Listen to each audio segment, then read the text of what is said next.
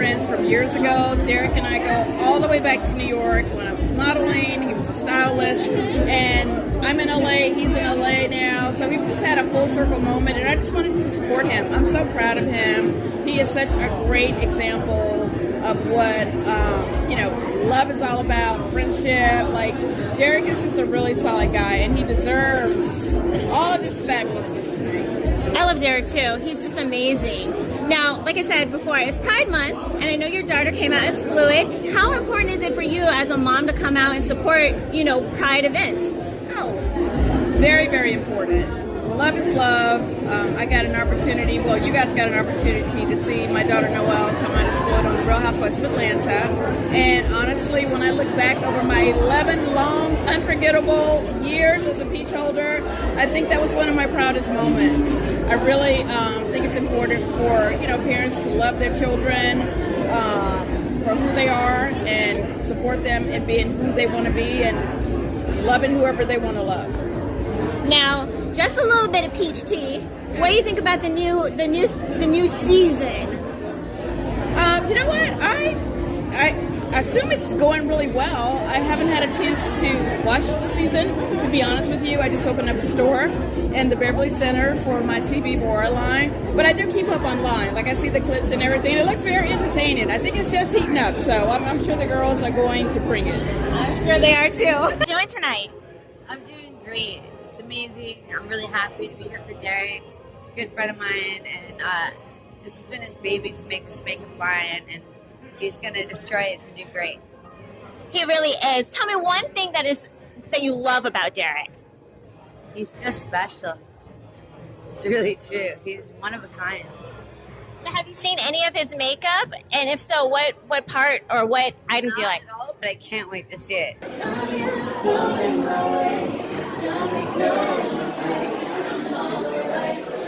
Baby, I was born this way. Don't lie yourself in regret. Just love yourself and you said I'm on the right track. Baby, I was born this way. Ooh, there ain't no other way. Baby, I was born this way. Baby, I was born this way. Ooh, there ain't no other way. Baby, I was born this way. How are you doing tonight? Doing so well. How are you? I'm doing good. It's Pride Month, so, you can't do anything but be good, right? I mean, it's been a beautiful day, and I'm here with my friend Derek, who deserves every bit of this, whatever is going to happen from this beautiful collaboration that he's doing. Now, tell me, how did you meet Derek? Well, I've done like 2 covers of his different magazines. He's like the editor-in-chief of like 99 million magazines, and he's such a good friend, and he also has so much style.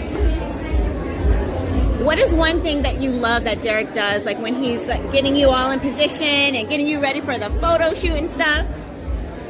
I mean, basically, like, you can have like makeup artists and hair and all that, but when he still has to like do his rounds and like totally like patrol the whole situation before he signs off on it. And you just know that he knows what he likes, and I love people like that, What are you looking forward into his makeup collection? Like, what's one piece of makeup that you really is going to be a must-have in your collection? I feel like because Derek has such pretty eyes, he's really emphasized his eyeshadow palettes. And, he's got, So Delicious, So Divine, and it's precious. And normally I don't like to do like a lot of color. So they're pigmented, but not like over the top. So they're just, I feel like they're just like a shadow of sassiness, Yes. Now, I loved you on Orange is the New Black, and I have seen your movie, where you played a Karen. How hard was that to change from, being like a prisoner to doing the Karen role? Well, it's funny you should ask that, because I felt like a lot of times when Pennsylvania was in prison, and that's one of my characters, that she was always sort of the victim of like snitches, and she was snitchy. I've been terribly typecast, and people think that I'm actually like this way, but it couldn't be further from the truth. And my whole goal, and no one can take that away from me, was to illuminate this type of behavior and how dangerous it is to society, and also how goofy and just entitled and just downright just ignorant. Yes. How are you doing tonight? Fabulous. How are you? Good. this is Derek's special night, and why is it so important that you came out and showed him support? Well, Derek is obviously a very close friend, colleague, and incredible influence. So I wanted to support him and support this event and support really the whole community. As a plastic surgeon, I really feel strongly that everybody should have a voice. You know, I do some transgender surgery, and I feel like everybody should be able to express their inner spirit. And so anything that can help voice that, I want to bring it out and bring awareness to it. Now, as a plastic surgeon, what is the one thing that most people come in to get work done on? The most thing, well, definitely across the board, the most common 3 plastic surgeries every year are rhinoplasty, liposuction, and breast augmentation. Okay. Yeah. So those are always, and it cycles, you know, one year one's a little higher, the other year another one's a little higher. Those are the top 3. But with transgender surgery, that's really becoming a bigger deal now that it's got insurance coverage. And so that's really changing the map of plastic surgery right now. Now, do you see most people come in and they have pictures of celebrities, or do they have Snapchat pictures of themselves? Definitely celebrities are more popular, you know, so they've always got their little inspiration board. I had a patient come in the other day and she had a boob-spiration board. You know, there's all these different boobs that she liked. But, you know, with noses and boobs and butts, everybody's coming in showing celebrity photos for sure. You know, and I have worked my life and fought to be me. And it's so difficult in this world, as we know, because somebody hating on us is tough. We wear purple. Oh, nope. They don't like purple. Okay. You know, it's one thing or another. You know, where you're from, who you are, who your parents are, who you were born to. And I live my life in the light. And I want everyone to feel special. And so that beautiful night in Miami, when this beautiful soul gave me this award, I went up there and I just bore my soul. And I hadn't really done that so publicly before. And I admitted for the first time in public that I was suicidal as a teen. I advocated for the homeless because I just was a homeless teen. And I wanted to give back to my youth, to my family, because homelessness is a slippery slope. And people say, why don't you get a job? Well, you can't get a job if you don't have an address. There's so many things, you know, and we all make these assumptions, and right back to what we were just talking about, how everyone's judging. And so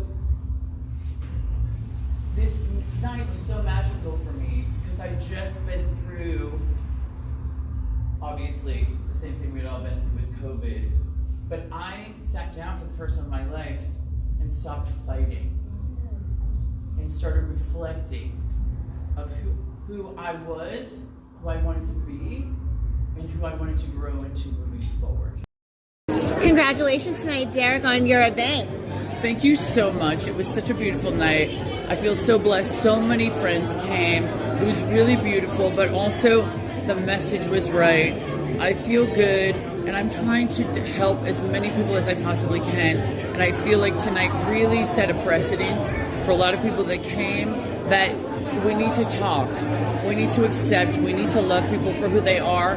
Like I said in the speech, whether you're a straight football player or a black trans girl, we need to love each other for who we are. It doesn't matter. We live in a world of diversity. Everyone keeps talking about how they want to be different. You have to be different. Well, then how are you beating up on everyone for being different? It makes no sense. And I'm really here to talk about how diversity is beautiful. Diversity is the world, and diversity makes the world go around, and it makes it really special, and it shows that we can all live here together. Exactly. In peace, and accept everyone, and that's all I care about. You know what? You have such a glow about you. I met you when we were at the Mario Lopez event, and you had a glow about you then, but you are really radiating tonight. So congratulations to you. I just want to know really quickly, where can people buy and purchase your makeup collection? Oh, thank you. Thank you for asking. The makeup is available at FACESTOCKHOLM.com in the U.S., and then there is a boutique in Hudson, New York called Face Stockholm, and it's available there. And then, of course, we're at doors.nyc, and it's available here until the end of the month.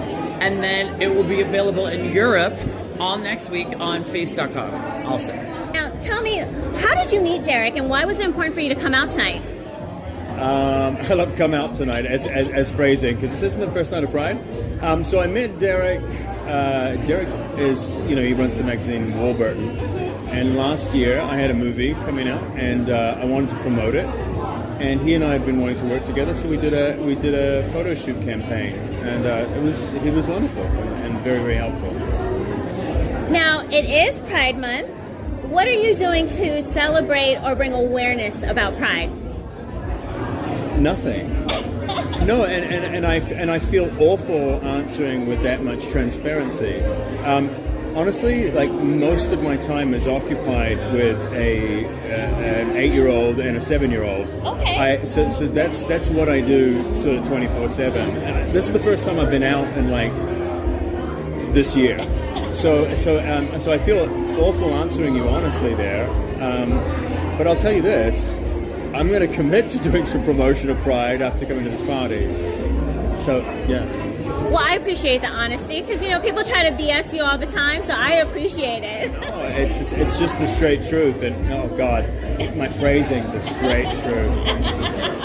Please edit that. We'll cut that. Just cut that. What was the great thing about playing a vampire in New Orleans? The best thing about playing a vampire in New Orleans was the fact that I was never in New Orleans. I think we were there for a total of 4 days during the entire 5 seasons.